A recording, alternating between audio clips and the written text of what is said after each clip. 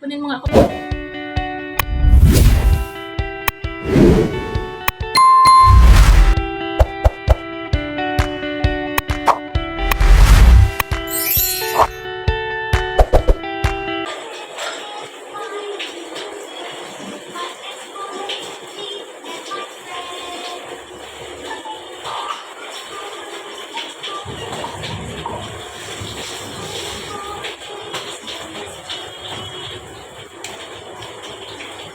Ano ka?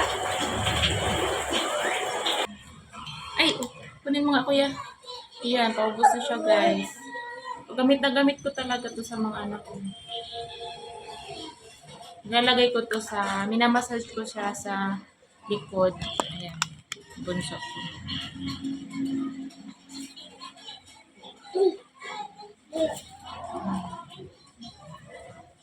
Sa likod tapos sa kanyang bibig. Pag nilalagyan ko sila nito guys, mabilis mawala yung kanilang sipon or naaagapan. Naaagapan agad guys. Hindi na lumalala. Pag nilalagyan ko sila nito, napapansin ko mga 2 araw or 3 araw, nawawala yung ubo nila. Kasi guys, sinusukan nila yung sipon or idinodumi nila. Halika anak.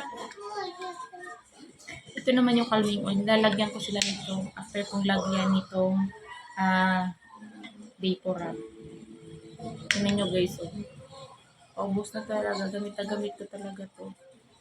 Ayan. Paubos na din siya. So, meron ako nitong isa pang malaki. Kaya pinapaubos ko lang ito na maliit. Bumili agad ako kasi ayaw kong maubusan ng ganito. Kasi pag naubusan ako, pag sinisipon yung mga anak ko, na ako naman talaga. Natataranta ako guys. Natataranta ako pag sinisipon ng mga anak ko kasi pag sinisipon sila na hindi mo maagapan ako, alam mo yung ubo na parang walang laman, ganun.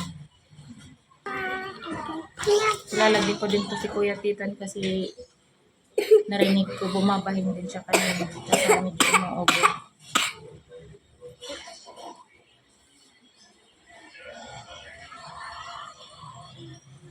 Ayan. Magano na kayo sa tabi. Ganito lang ang ginagawa ko guys pag sinisipon yung mga anak ko. Hindi na ako nagpapainom ng gamot sa kanila. Ito na lang. Kasi pag lumala, mahirap na. Mahal pa naman yung gamot ngayon, mahal magpa-admit. Tapos mahihirapan din mga nanay, pag-aalaga. Kaya, sa mga kumami ko dyan, ayan, subukan nyo to. Ito talaga yung katuwang ko sa pag-aalaga sa mga anak ko pagdating sa mga sipon at ubo. Kinanak.